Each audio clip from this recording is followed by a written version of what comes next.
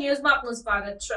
વડોદરા શહેરમાં ડ્રગ્સની ડિલિવરી કરનાર ઇસમની ધરપકડ કરી કાયદેસરની કાર્યવાહી કરતી વડોદરા શહેર એસઓજી। આગામી દિવસોમાં આવતા તહેવારોમાં વડોદરા શહેરમાં કાયદો અને વ્યવસ્થા જળવાઈ રહે તે હેતુથી તેમજ વડોદરા શહેરમાં નશીલા પદાર્થોના ખરીદ વેચાણ તથા હેરાફેરી અટકાવવા માટે અસરકારક અને પરિણામલક્ષી કામગીરી કરવા પોલીસના ઉચ્ચ અધિકારીઓ દ્વારા જરૂરી સૂચન અને માર્ગદર્શન આપવામાં આવેલ હોય, જે અંતર્ગત રાજસ્થાનથી ડ્રગ્સ લાવી વડોદરા શહેરમાં ડ્રગ્સની ડિલિવરી કરતા ઇસમને કુલ કિંમત ₹6,62,800ની કિંમતના મેફેડ્રોન ડ્રગ્સ સાથે પકડી પાડી કાયદેસરની કાર્યવાહી કરતી વડોદરા શહેર એસઓજીની ટીમ।